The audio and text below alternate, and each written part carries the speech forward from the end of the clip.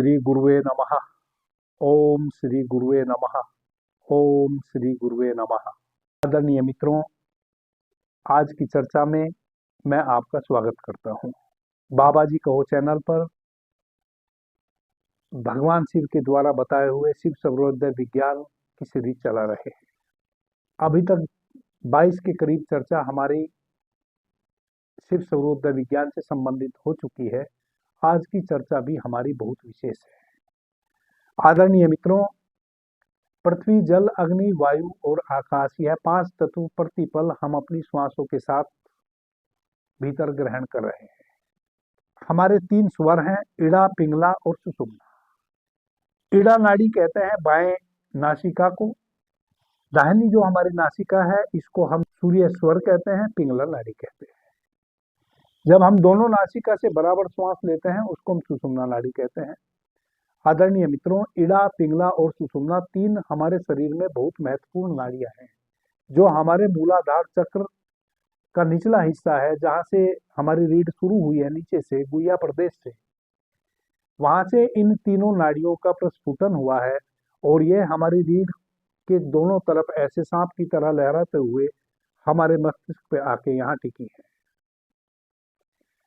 सुषुम्ना नाड़ी रीढ़ के बीचों बीच से ऊपर आई है और वह हमारे आज्ञा चक्र पे यहाँ टिकी है। इस प्रकार से इड़ा, पिंगला और सुषुम्ना, इन 3 नाड़ियों के माध्यम से हम प्रतिपल श्वास भीतर ले रहे होते हैं और बाहर छोड़ रहे होते हैं। जैसा कि आपको ज्ञात होगा कि एक बार में हम एक ही स्वर से श्वास लेते हैं।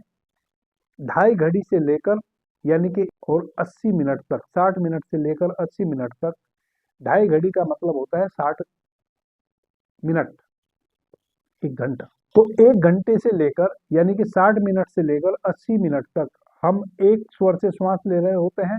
उसके बाद फिर हमारी सुषुम्ना चलती है, श्वास दूसरे स्वर में परिवर्तित होता है और 60 मिनट से 80 मिनट के बीच में यानी कि 2.5 घड़ी लगभग हम फिर दूसरे स्वर से श्वास ले रहे होते हैं। इन दोनों स्वर का बारी बारी से यूं परिवर्तन होता रहता है। पृथ्वी, जल, अग्नि, वायु, आकाश, जब जोन स्वर हमारा बह रहा होता है उस स्वर में बारी बारी से यह 5 तत्व भी बहते हैं। जब हमारा श्वास एक स्वर से दूसरे स्वर में परिवर्तित होता है तो सर्वप्रथम वायु तत्व हमारी श्वास में बहता है, जिसकी अवधि होती है 8 मिनट। 8 मिनट के पश्चात फिर अग्नि तत्व हमारी श्वासों में बहता है, जिसकी अवधि होती है 12 मिनट। उसके पश्चात पृथ्वी तत्व हमारी श्वासों में बहता है, जिसकी अवधि होती है 20 मिनट। उसके पश्चात जल तत्व हमारी श्वासों में बहता है, जिसकी अवधि होती है 16 मिनट। और उसके पश्चात आकाश तत्व बहता है, जिसकी अवधि होती है 4 मिनट। इस प्रकार से प्रत्येक 1 घंटे में यह 5 तत्व इस अनुपात से हमारे श्वासों में बहते हैं। यह जो 5 तत्व हैं, यह हमारे शरीर, इन 5 तत्वों से ही इस समस्त ब्रह्मांड, इस समस्त प्रकृति का निर्माण हुआ है। हमारा जो यह शरीर है यह 5 तत्वों से निर्मित है। यह पूरा ब्रह्मांड भी 5 तत्व से निर्मित है। प्रतिपल किसी न किसी तत्व की पूर्ति श्वास के माध्यम से हमारे भीतर होती रहती है। पृथ्वी, जल, अग्नि, वायु और आकाश। सर्वाधिक जरूरत हमें पृथ्वी तत्व की पड़ती है, क्योंकि हमारे शरीर में पृथ्वी जो है वह सबसे बड़ा हिस्सा है, इसलिए उसकी अवधि भी 20 मिनट है। हमारी श्वासों में कम से कम 20 मिनट पृथ्वी तत्व प्रत्येक 1 घंटे में बहता है, तब हमारे शरीर में पृथ्वी तत्व की पूर्ति होती है और हमारा शरीर स्वस्थ रहता है। आदरणीय मित्रों, यदि हमारे पृथ्वी तत्व की जो यह अवधि है इसमें कमी हो जाए तो हमें कौन कौन सी समस्या हो सकती है, वही आज का हमारा विषय है, समझ लेना। हमारी जो रक्त वाहिनी नाड़ी है, जिसको हम सेल कहते हैं, जिसको हम कोशिकाएं कहते हैं, जिसमें रक्त का संचलन होता है, ब्लड का सर्कुलेशन होता है पूरे शरीर में, और हमारी जो मांसपेशियां है और हमारी जो त्वचा है और हमारी जो हड्डियां हैं,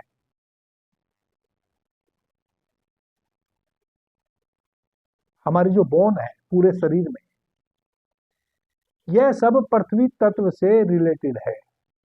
हमारे शरीर में जो हड्डियां हैं, जो बोन है पूरे शरीर में, और जो हमारी त्वचा है, और जो हमारी मांसपेशियां हैं, और जो हमारे शरीर में रक्त वाहिनी नाड़ियों का जाल है, जिसको हम सेल कहते हैं, कोशिका कहते हैं,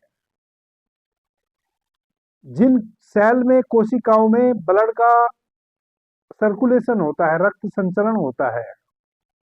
हमारे जो बाल हैं, हमारे जो नख हैं, नाखून, यह सब पृथ्वी तत्व से रिलेटेड होते हैं।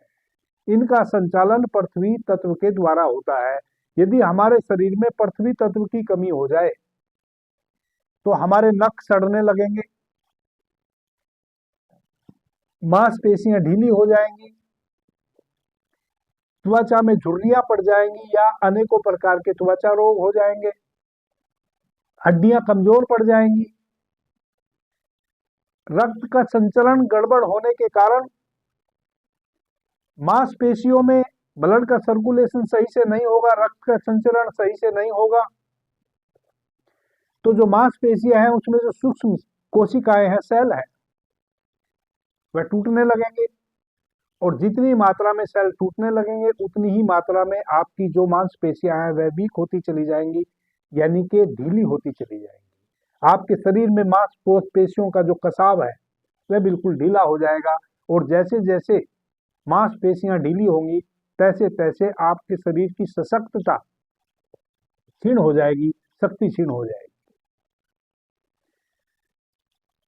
कोशिकाओं में ब्लड का सर्कुलेशन नहीं होने के कारण एक समस्या और हो जाएगी कि भीतर की जो मज्जा है, हमारी जो बोन है, हमारी जो हड्डी है, वह भीतर से छोटी होती है, उसके भीतर मज्जा होती है। वह मज्जा को कोशिकाओं के माध्यम से ऊर्जा मिलती रहती है। यदि सूक्ष्म जो सेल है, कोशिकाएं हैं, उनमें ब्लड का सर्कुलेशन नहीं होगा, मांसपेशियां आपकी लूज होंगी, उसके साथ साथ आपकी बोन की जो मज्जा है वह विषाक्त होना शुरू हो जाएगी, जिसके कारण हमें अनेकों प्रकार के रोग हो जाएंगे। या तो बोन टीबी जिसको हम कहते हैं वह हो सकती है, या हमारे जो जॉइंट है, इन जॉइंट में दर्द होना शुरू हो जाएगा, जिसको हम गठिया, साइटिका इत्यादि नाम से जानते हैं। अनेकों प्रकार की हड्डियों से संबंधित, मांसपेशी से संबंधित, त्वचा से संबंधित, और चूंकि जब रक्त विषाक्त हो जाता है, जब रक्त का परिभ्रमण सही प्रकार से हमारे शरीर में ना होवे, तो हमारे हार्ट पे भी उसका अतिरिक्त दबाव पड़ता है। तो यदि पृथ्वी तत्व की कमी हमारे शरीर में हो जाए तो इतनी सारी चीजें डिस्टर्ब हो जाती है, और यह उनके लक्षण है। आपकी मांसपेशियां ढीली पड़ने लगेगी, रक्त संचरण गड़बड़ाने लगेगा, आपके शरीर के जो सेल है वह मरने लगेंगे, जल्दी जल्दी आपको बुढ़ापा घेरने लगेगा। क्योंकि जितने अधिक मात्रा में सेल हमारे प्रतिदिन मरते हैं उतनी ही मात्रा में प्रतिदिन पुनर्जीवित भी हो जाते हैं। यदि आपके सेल पुनर्जीवित नहीं हो रहे हैं, मर अधिक रहे हैं, तो धीरे धीरे आप बुढ़ापे की तरफ जल्दी स्पीड से चले जा रहे हैं। आप बहुत कम उम्र में ही बूढ़े हो जाएंगे।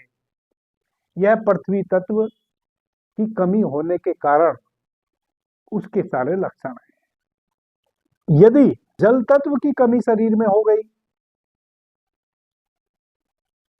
तो जो पुरुष है उनके भीतर जो वीर्य धातु है, जो अति महत्वपूर्ण है, वह वीर्य धातु कम बनना शुरू हो जाएगी, और यदि कम बनना नहीं शुरू हो रही है तो वह विषाक्त हो जाएगी। वीर्य धातु के साथ जो शुक्राणु हैं, आपकी वीर्य धातु में एक विशेष प्रकार का टेम्परेचर आ जाएगा, और उस टेम्परेचर के कारण जो आपके भीतर शुक्राणु है वह मरने लगेंगे। क्योंकि जल तत्व हमारे शरीर में जो स्राविक ग्रंथियां हैं, जो लसिका ग्रंथियां हैं, उनसे उनके स्राव में कमी आ जाएगी। स्राव में कमी आने के कारण हम विभिन्न विभिन्न प्रकार की बीमारियों से ग्रस्त हो जाएंगे। जैसे यदि लसिका ग्रंथियों से स्राव ना होवे तो मूत्र त्याग में कमी आ जाएगी, मूत्र के वेग में कमी आ जाएगी। मूत्र के वेग में यदि कमी आ जाएगी तो मूत्र के माध्यम से जो हमारे शरीर के मल हैं वह विसर्जित नहीं होंगे। विसर्जित नहीं होंगे तो वह हमारी किडनी में इकट्ठा होना शुरू हो जाएंगे और हमारी किडनी इफेक्टेड हो जाएगी। और किडनी इफेक्टेड होने के साथ साथ फिर और कई प्रकार की समस्याएं हमारे शरीर में आ सकती है यदि हमारे शरीर में जल तत्व की कमी हो जाए। यानी कि प्रत्येक 1 घंटे में 16 मिनट जल तत्व बहना चाहिए, तब जाके हमारे शरीर को जितनी जल तत्व की आवश्यकता है उसकी पूर्ति हो पाती है और हमारे शरीर में सभी लसिका ग्रंथियां अपना अपना काम सुचारू रूप से कर पाती है। यह तो हुई पुरुषों की बात। और जल तत्व के कारण स्त्रियों में भी एक कमी आ जाती है। यदि स्त्रियों में जल तत्व की कमी हो जाए तो उनके भीतर जो वसा है उनके शरीर में, स्त्रियों का शरीर सॉफ्ट होता है और अधिक मांसल होता है। अधिक मांस होता है पुरुष की अपेक्षा स्त्री के शरीर में, वह उसका वसा होता है। यदि स्त्रियों के भीतर जल तत्व की कमी हो जाए तो लसिका ग्रंथियों के साथ साथ उनको एक सबसे बड़ी प्रॉब्लम यह हो जाएगी कि उनके शरीर में जो वसा है उसकी कमी हो जाएगी। और जैसे ही स्त्री के भीतर वसा की कमी हो जाएगी तैसे ही वह कर्कश हो जाएगी। कर्कश होने के कारण फिर उसको कई प्रकार की बीमारियां घेर लेंगी। सबसे बड़ी बीमारी उसको घेरेगी लिकोरिया की, श्वेत प्रदर जिसको कहते हैं। यानी कि उसके जो जननांग है उन पे उसका बहुत बुरा इफेक्ट पड़ेगा। गर्भाशय पे बहुत बुरा इफेक्ट पड़ेगा, अंडाणु पे बहुत, उसकी जो फैलोपियन ट्यूब है उस पे, ओवरी पे बहुत बुरा इफेक्ट पड़ेगा यदि जल तत्व की कमी स्त्री में हो जाती है। यदि अग्नि तत्व की कमी हो जाती है, अग्नि तत्व जो 12 मिनट बहना चाहिए हमारी श्वासों में, 12 मिनट नहीं बह रहा है और उसकी कमी हो जाती है, तब उसके क्या लक्षण हैं? अग्नि तत्व हमारे भीतर भूख, प्यास, तंद्रा, निद्रा और प्रकाश को नियंत्रित करता है। हमारी आंखों से जो हम देखते हैं अग्नि तत्व के कारण देखते हैं। हमारी आंखों से जो हम देख रहे हैं, जो सब चीजें प्रकाशित हैं, तो बाहर प्रकाश है इस कारण से प्रकाश, इस कारण से हम चीजों को देख पा रहे हैं, वैसा नहीं है। हमारे भीतर एक प्रकाश है जो हमारी आंखों के पीछे, आंखें तो केवल झरोखा है, हमारे भीतर एक शक्ति है, एक प्रकाश शक्ति है, एक प्रकाश पुंज है जो इन आंखों के माध्यम से देखने का कार्य करता है। और वह प्रकाश पुंज, वह प्रकाश तत्व, वह प्रकाश हमें अग्नि तत्व से उपलब्ध होता है। हमारे शरीर में जो निद्रा है, तंद्रा है, आलस, भूख और प्यास है, इन सब को अग्नि तत्व संचालित करता है। यदि अग्नि तत्व की कमी हो जाएगी तो हमारी जठरा अग्नि सुसुप्त पड़ जाएगी, भोजन डाइजेस्ट नहीं हो पाएगा। प्यास में कमी आ जाए, हम पानी अधिक नहीं ले पाएंगे, पानी अधिक नहीं ले पाएंगे तो भी हमारे शरीर की जो निषेचन क्रिया है उसमें गड़बड़ हो जाएगी। अग्नि तत्व की कमी हो जाएगी तो भोजन डाइजेस्ट सही से नहीं होगा। भोजन डाइजेस्ट सही से नहीं होने के कारण भोजन से जो रस बनता है, उस रस से जो 7 प्रकार की धातुओं का निर्माण हमारे शरीर में होता है उसके अनुपात में गड़बड़ हो जाएगी। तो सातों धातुओं के अनुपात में जब गड़बड़ हो जाएगी, सही प्रकार से भोजन का पाक नहीं होगा, अग्नि तत्व की कमी हो जाएगी तो भोजन का परिपाक सही से नहीं होगा। भोजन का परिपाक सही से नहीं होगा, जो रस बनता है भोजन से वह रस सही अनुपात में नहीं बनेगा, तो उस रस से जो 7 धातुओं का निर्माण होता है जिसमें अस्थि, मज्जा, वीर्य, बलड़ इत्यादि सब उस रस से निर्मित होता है, उनके अनुपात में कमी हो जाएगी तो भी आपके शरीर में अशक्तता आ जाएगी। वायु तत्व की कमी यदि आपके शरीर में हो जाती है, वायु तत्व सही से नहीं बह रहा है, तो वायु तत्व का जो कार्य आपके शरीर में है वह है किन्हीं भी चीजों को फैलाना, सिकोड़ना। जैसे आपका लंग्स है, श्वास लेता है तो फैलता है, श्वास छोड़ता है तो सिकुड़ता है। आपका हृदय है, जब पंप करता है तो फैलता है, सिकुड़ता है। आपके शरीर में जितने भी फैलने सिकुड़ने वाले कार्य हैं, यानी कि जितने भी प्रकार की प्राणवायु आपके भीतर है, आप बोल रहे होते हैं तो वायु के धक्के से बोल रहे होते हैं, आप किसी भी प्रकार की निष्कासन क्रिया कर रहे होते हैं तो वायु के धक्के से कर रहे होते हैं, आपके शरीर में ब्लड का सर्कुलेशन हो रहा है तो वायु के धक्के से हो रहा है, आप चल रहे हैं तो वायु के धक्के से चल रहे हैं, आप बोल रहे हैं तो वायु के धक्के से बोल रहे हैं, आपकी पलकें झपक रही हैं तो वायु के धक्के से झपक रही हैं, आप सूंघने का कार्य कर रहे हैं तो वायु के धक्के के कारण कर रहे हैं, आप किन्हीं चीजों का स्वाद अपनी स्वादेंद्रिय से ले रहे हैं तो वायु के कारण ले रहे हैं। यानी कि आपके शरीर की जितनी भी चलायमान क्रिया प्रतिक्रिया हैं वह सभी वायु के धक्के के कारण हो रही है। वायु तत्व गड़बड़ा जाएगा तो आपके शरीर में सभी प्रकार के संचालन में कमी आ जाएगी। आपकी जबान लटपटा सकती है, आप बोलने में अशक्त हो सकते हैं, आप चलने में अशक्त हो सकते हैं, आपका ब्लड का सर्कुलेशन, आपका जो हार्ट धड़क रहा है उसमें कमी आ सकती है। यानी कि वायु तत्व के कारण कारण ही आपके पूरे शरीर का संचालन हो रहा है। वह संचालन यदि रुक जाएगा तो आप जानते हैं कि फिर क्या हो जाएगा। आपका जो आकाश तत्व है, यदि आकाश तत्व की कमी हो जाए तो आकाश तत्व क्या करता है, हमें प्रेम के लिए प्रेरित करता है, हमें हमारे भीतर जो लाज है, जो शर्म है, वह आकाश तत्व के कारण है। हम किसी को प्रेम कर पाते हैं, हमारे हृदय में प्रेम उमगता है किसी के भी प्रति, तो वह आकाश तत्व के कारण उपजता है। हमें कोई भी बुरा कृत्य करने करने से पहले जो शर्म आती है, जो लाज आती है, लज्जा लगती है, कि आकाश तत्व ही उन सब चीजों को संचालित करता है। हम किसी से घृणा करते हैं, द्वेष करते हैं, वह भी आपका आकाश तत्व ही नियंत्रित करता है। यदि आकाश तत्व गड़बड़ा जाए तो आप बेलाज हो जाएंगे, प्रेम कठोरता में परिवर्तित हो जाएगा, निर्दयता में परिवर्तित हो जाएगा, सब कुछ उलट पुलट हो जाएगा। यह पांचों तत्व हमारे श्वासों में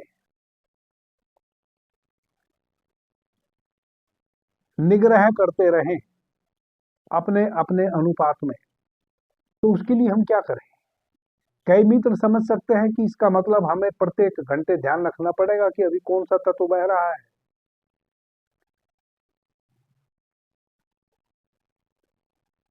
वायु तत्व 12 मिनट बहना, वायु तत्व 8 मिनट बहना चाहिए, अग्नि तत्व 12 मिनट बहना चाहिए, पृथ्वी तत्व 20 मिनट बहना चाहिए, जल तत्व 16 मिनट बहना चाहिए और आकाश तत्व 4 मिनट बहना चाहिए।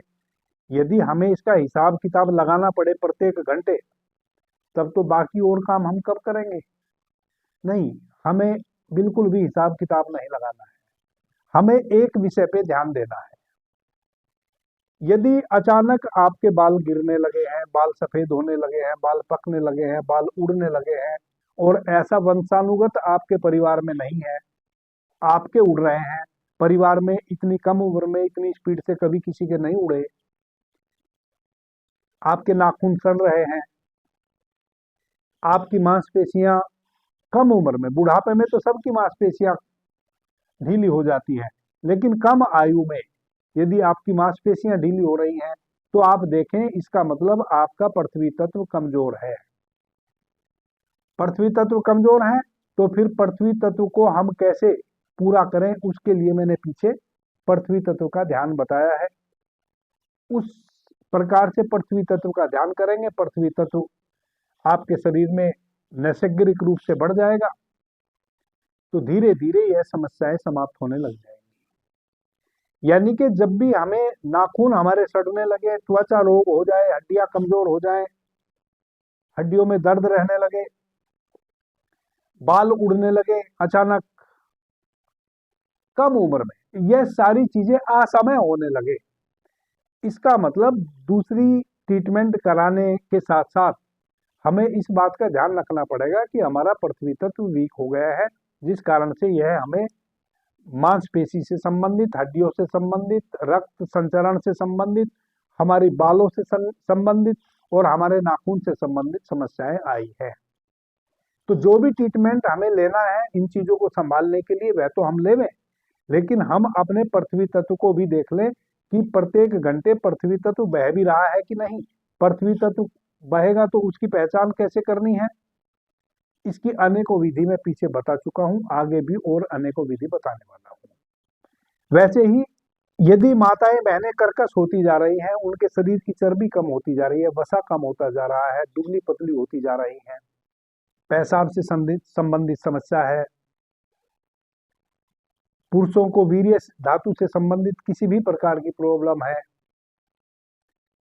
तो अपना ट्रीटमेंट कराने के साथ साथ यह देख लें कि कहीं जल तत्व की कमी तो नहीं हो गई है, क्योंकि यह सब जल तत्व नियंत्रित करता है हमारे भीतर। मुंह में लार कम बन रही है, यदि मुंह में लार कम बनने लगेगी तो भी हमारा गला सूखा रहने लगेगा, और हम जो भोजन ग्रहण करते हैं उसके साथ हमारी लार मिश्रित होकर जब तक हमारे अमाशय में ना जाए तब तक भोजन का सही से परिपाक नहीं हो सकता। प्रत्येक चीज एक दूसरे से एसोसिएट है। यह हमारा पूरा का पूरा जो शरीर है यह एक फैक्ट्री है बहुत बड़ी, जिसमें प्रत्येक फैक्ट्री के एक एक मशीन का संयुक्त रूप से कार्य है। हमारा शरीर संयुक्त रूप से एक साथ कार्य करता है। ऐसा नहीं है कि पाचन संस्थान अकेला अपने पे निर्भर है, पाचन संस्थान कई चीजों पे निर्भर है। तो कोई भी इस प्रकार की स्थिति बनती है, सबसे पहले हम यह देख लें कि हमारा जल तत्व तो वीक नहीं है। जल तत्व 16 अंगुल बहता है। जब जल तत्व हमारे श्वासों में बहता है तो उसकी हम पहचान कैसे करते हैं, मैं पीछे बता चुका। हमारी जो नासिका से श्वास बाहर निकलती है वह 16 अंगुल जब जाती है बिल्कुल हमारी नाभि के आसपास बाहर, तब जल तत्व बह रहा होता है। उसकी पहचान मैं अच्छे से पीछे बता चुका हूं। तो देखें कि आपका जल तत्व सही समय पे बह रहा है या नहीं बह रहा है, बह रहा है तो कितना बह रहा है, या एक घंटे में बह ही नहीं रहा है, या कई बार ऐसा भी होता है कई कई दिनों तक कोई एक तत्व हमारी श्वासों में बहता ही नहीं, निरंतर एक या दो तत्व बहते रहते हैं। तो यह हम देख लें।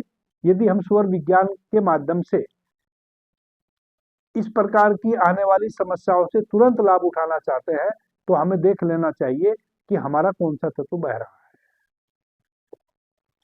यदि अग्नि तत्व से संबंधित हमें समस्याएं हैं, जैसे हमारा डाइजेशन सही नहीं हो रहा है, हमारी घृणेंद्रिय सही से कार्य नहीं कर रही है, हमारे बगल में कोई कुछ भी खा रहा है पका रहा है हमें पता ही नहीं चलता, कोई सुगंध हमें आती ही नहीं, कोई सुगंध हम पकड़ ही नहीं पा रहे, आलस हमें घेर रहा है, निद्रा हमें घेरे रहती है, इसका मतलब हमारा अग्नि तत्व कमजोर हो गया है। हम कोई भी चिकित्सा का सहयोग लेते हुए इस बात का भी ध्यान रखें कि हमारा अग्नि तत्व सही से बह रहा है कि नहीं। जब अग्नि तत्व हमारी श्वासों में बहता है तो वह केवल 4 अंगुल बहता है। जब हमारी नासिका से 4 अंगुल श्वास बाहर बहे, कैसे नापते हैं, अपनी हथेली को पृष्ठ भाग पे ऐसे रख लीजिए, धीमी गति से श्वास को बाहर बहने दीजिए। जहां आपकी हथेली के पृष्ठ भाग पे श्वास टकराए उसको समझे कि वह उतने अंगुल श्वास बह रही है। यदि 4 अंगुल बह रही है तो समझें कि अग्नि तत्व बह रहा है, 8 अंगुल बह रही है तो समझें कि वायु तत्व बह रहा है, 12 अंगुल बह रही है तो समझे कि पृथ्वी तत्व बह रहा है, 16 अंगुल यदि श्वास बह रही है तो समझे कि जल तत्व बह रहा है, और 1 अंगुल केवल श्वास बह रही है तो समझे कि आकाश तत्व बह रहा है। इस प्रकार से हम तत्वों का पता कर सकते हैं, और बहुत सारी तत्वों को पहचानने की विधियां हैं जो भी मैं बारी बारी से आगे बताऊंगा। तो कोई भी ट्रीटमेंट कराने के समय आप यह भी देख लें कि अग्नि तत्व आपका सही चल रहा है या नहीं चल रहा है। कब? जब आपको आलस घेरे रहे, भूख प्यास में कमी हो जाए, आंखों से कम दिखने लगे। वायु तत्व जो है वह चंचलता का प्रतीक है। हमारे शरीर में जितने भी संचालन हो रहे हैं वह सब वायु तत्व के कारण हो रहे हैं। जैसा कि मैंने बताया, किसी भी प्रकार के आपके शरीर के संचरण में कोई कमी आती है, आपका हृदय धड़क नहीं रहा है, आपके हृदय में कोई स्पंदन हो रहा है, श्वासों को लेने में तकलीफ हो रही है, निष्कासन क्रिया सही से नहीं हो रही है, जो कि अपान वायु का कार्य है, तो इसका मतलब आपका वायु तत्व गड़बड़ हो गया है। वायु तत्व 8 अंगुल बाहर बहता है और इसका समय भी 8 मिनट है। तो आप देखें कि प्रत्येक 1 घंटे में वायु तत्व बह रहा है या नहीं बह रहा है। दिन में जब भी याद पड़े, 1 घंटा तो निश्चित रूप से आप चेक करें कि वायु तत्व बह रहा है नहीं बह रहा है। फिर दिन में जब भी आपको याद पड़ जाए, तब अपने तत्व को देखें कि बह रहा है या नहीं बह रहा है। क्योंकि जैसा कि मैंने पीछे कहा, कई बार कई कई दिनों तक किसी एक तत्व की अधिकता हो जाती है, वह बहता रहता है और दूसरा तत्व नहीं बहता है, या कभी कभी 2 ही तत्व बहते रहते हैं या 4 तत्व बहते रहते हैं, और कभी नियमानुसार 5 तत्व भी बहते रहते हैं। इसी प्रकार से यदि आकाश तत्व की कमी हो जाए, तो आकाश तत्व की कमी होने के पश्चात क्या होता है, आपके भीतर से प्रेम भाव समाप्त हो जाता है, घृणा का भाव अधिक उभर के आने लगता है।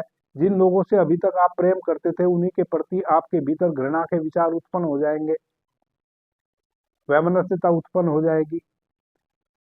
शर्म और लज्जा धीरे धीरे आप खो देंगे। जहां आप शर्माया करते थे छोटी छोटी चीजों में, वहां अब आप बेशर्म हो जाएंगे, कोई शर्म नहीं बचेगी। ऐसी अवस्था यदि हो रही है, इसका मतलब आपका आकाश तत्व गड़बड़ा रहा है। इस प्रकार से हम एक एक तत्व के माध्यम से उसके लक्षण के हिसाब से देखें कि यदि कोई रोग हमें उस तत्व से संबंधित हो रहा है, इसका मतलब वह तत्व की पूर्ति यदि हम कर लेंगे औषधि के साथ साथ, तो हम जल्दी स्वस्थ हो जाएंगे। आगे तत्वों से संबंधित और बहुत सारी बातें हैं जो मैं करने वाला हूं। अभी के लिए इतना ही। आपने मुझे ध्यान से प्रेम से सुना, उससे मैं बहुत अनुग्रहित हूं। सभी मित्रों को मेरा प्रणाम, धन्यवाद। हर हर महादेव।